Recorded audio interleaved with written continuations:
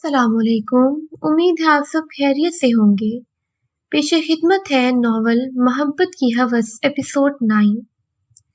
دراب کے جانے کے بعد ناسلین دوبارہ اپنی قسمت پر ماتم کرنے لگی تھی۔ آنسو کی ندی بہی جا رہی تھی۔ کسی کو کیا معلوم کب اس کی قسمت نیا موڑ لے۔ وہ اس دن کو کوس رہی تھی جب دراب شاہ جیسے انسان سے اس کی پہلی ملاقات ہوئی تھی۔ کاش وہ اس سے نہ ملی ہوتی، لیکن کاش صرف کاش تک محدود ہوتا ہے۔ ناسلین کے کان میں اچانک کچھ آوازیں آئی تھیں جو کہ باہر سے تھیں۔ اس نے کھڑکی لگا کر سننے کا فیصلہ کیا۔ سر کا آرڈر ہے کہ یہ انجیکشن سنبھال کر رکھنا ہے۔ کیوں، ایسا کیا ہے اس میں؟ دوسرے شخص نے سوال کیا۔ اگر یہ کسی کو لگائے تو وہ ہمیشہ کے لیے اوپر چلا جاتا ہے۔ اس کا تھوڑا سا بھی استعمال زہریلا ہے، پہلے شخص نے اسے بتایا۔ اوہ، وار کے ٹائم دشمنوں کو مارنے کا آسان طریقہ ہے۔ یہ تو دوسرا شخص حیران ہوا۔ چلو اسٹور روم میں رکھ دیتے ہیں۔ وہ دونوں وہاں سے جا چکے تھے۔ ناسلین کے ذہن کام کرنا شروع کیا تھا۔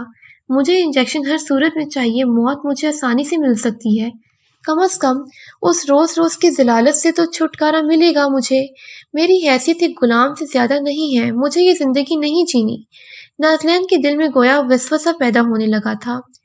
دونوں مال میں داخل ہوئے۔ ہاشم نے اس کی مال کی فوٹیج دکھائی۔ یہ دیکھ راشد ملک 2 دن پہلے ادھر آیا تھا۔ کیونکہ آیا تھا، دراب نے سوچا۔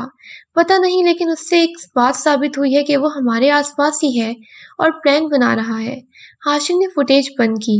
اس دفعہ اسے بخشیں گے نہیں۔ پتہ لگاؤ کہ وہ کس بات کا بدلہ لے رہا ہے۔ دراب نے اپنی گال سہلائی تھی۔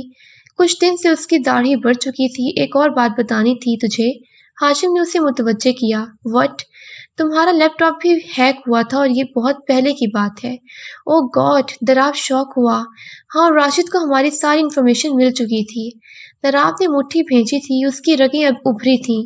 تم فکر نہ کرو، اسے کچھ ہی معلومات ملی ہے، زیادہ نہیں۔ چلو گھر چلیں۔ دراب جانے لگا۔ کیا تو نے ناسلین کو دوبارہ ہرٹ تو نہیں کیا؟ ہاشم کے سوال پر وہ رکا۔ دراب اسے گھورا تھا اور نفی میں سر ہلایا تھا۔ نہیں، ہاشم کو معلوم تھا کہ وہ جھوٹ بول رہا ہے۔ مشکل سے وہ اپنے روم سے بھاگی تھی۔ ہر ایک سے اسے چھپنا پڑا تھا کیونکہ سب کی نظریں آج کل اس پر ہوتی تھیں۔ شاید دراب سے جب وہ الرٹ کیا تھا، وہ اسٹور روم گئی اور انجیکشن والے باکس کو ڈھونڈ رہا تھا۔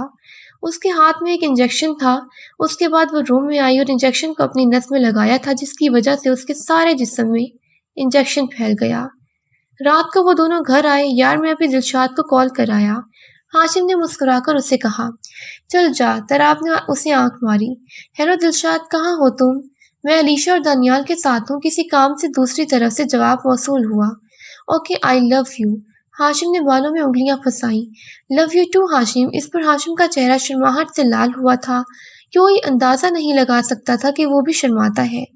دراب سامنے پڑی میز پر گیا اور پانی کا گلاس اٹھایا۔ برو، دلشاد تو دانیال اور علیشا کے ساتھ ہے، ہاشم نے دراب کو آگاہ کیا۔ یار، یہ دانیال ایک ساتھ 2 لڑکیوں کو کیسے مینیج کرتا ہے؟ دراب کی کہکہا ہوا میں اچھالا تھا۔ ویسے یہ علیشا اور دلشاد بہت سمجھدار ہیں۔ دلشاد کو ہی دیکھ لو، اس نے ناسلین کے متعلق مجھ سے کوئی سوال نہیں کیا۔ ہاشم بھی ہنسا تھا۔ دراب نے بھی سر ہلایا۔ آریان، میری ناسلین کیسی ہے؟ یہ سوال سن کر ہی آریان کی آنکھیں بھر آئی تھیں۔ انکل، وہ ٹھیک ہے، اس نے دوبارہ جھوٹ بولا تھا۔ دوسری طرف ناسلین فرش پر بے سود پڑی تھی۔ انجیکشن کا اثر ہو رہا تھا۔ اس کا جسم اب درد کر رہا تھا۔ وہ خود میں سمٹی تھی اور وہ سرنج اب بھی فرش پر پڑی تھی۔ وہ درد میں تھی، لیکن یہ درد اس کے دل کے درد سے قدرے کم تھا۔ پپی اب اس کے آس پاس چکر لگا رہا تھا۔ اس کے بھونکنے کی آواز اونچی ہوتی جا رہی تھی، جیسے وہ اسے کہنا چاہتا ہو کہ اٹھو۔ اس نے پپی کو دیکھا تو مسکرا اٹھی تھی۔ اپنا خیال رکھنا میری جان، دلشاد تمہارا پورا خیال رکھے گی۔ پپی کی آنکھیں بھر آئی تھیں، جیسے وہ سب کچھ سمجھتا ہو۔ نازلین اب بے ہوش ہونے لگی تھی۔ پپی نے کھلی ہوئی کھڑکی سے چھلانگ لگائی اور گارڈن میں گھوم کر مینشن کے اندر چلا گیا۔